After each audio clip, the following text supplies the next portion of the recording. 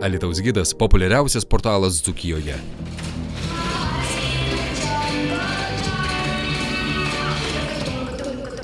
Kiekvieną pavasarį šokių mėgėjai su nekantrumu laukia festivalio Kalbame šokiu.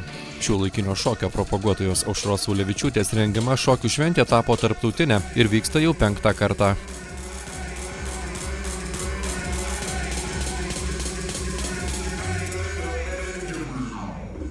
Šiandieną tegu muzika, dainos, šokis liejasi laisvai, todėl kad šiandien 5. jubiliejinis tarptautinis šokių festivalis Kalbame šokiu 2016.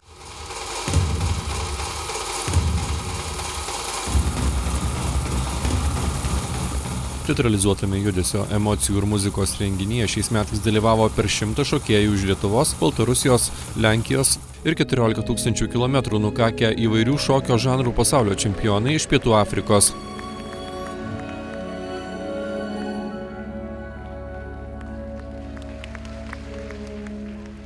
Į populiarų renginį išpirkti visi bilietai.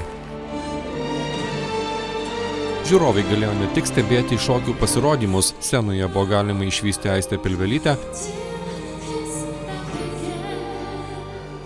televizijos projekto X Faktorius dalyvius profesionalumu pulsuojančius Original Copy. Renginį nuotaikingai vedė Alytaus miesto teatro aktoriai Eglė Juškaitė ir Eugenijus Rakauskas.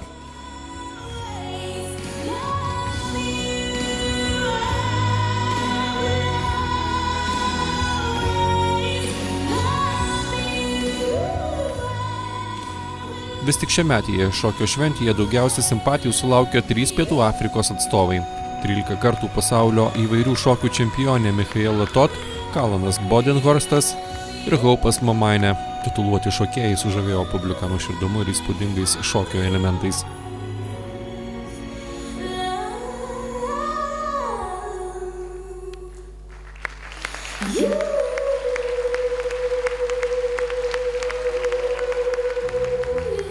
Kalbame šokiu išties vienas įspūdingesnių tokio pobūdžio renginių ne tik mieste, bet ir šalyje. Festivalyje noriai dalyvauja pajėgiausi Lietuvos šokėjai, o šou papildo žinomi atlikėjai.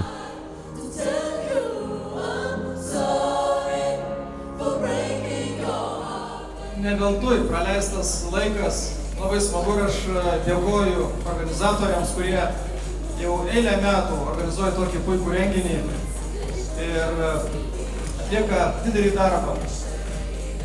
Šiandien tiek buvo papasakota istorijų, jos nebuvo nei lietuviškai, nei angliškai, vertėjo nebuvo, jos ne gestų kalba, reiškia yra nauja kalba, šokio kalba. Šokio festivalį organizuoja studijos Aušrinė ir Vakarė, kuriams vadovauja Aušra Ulevičiūtė. Už šiuolaikinio šokio propagavimą 2012 metais choreografijai buvo skirta ir Alytaus miesto savivaldybės kultūros premija.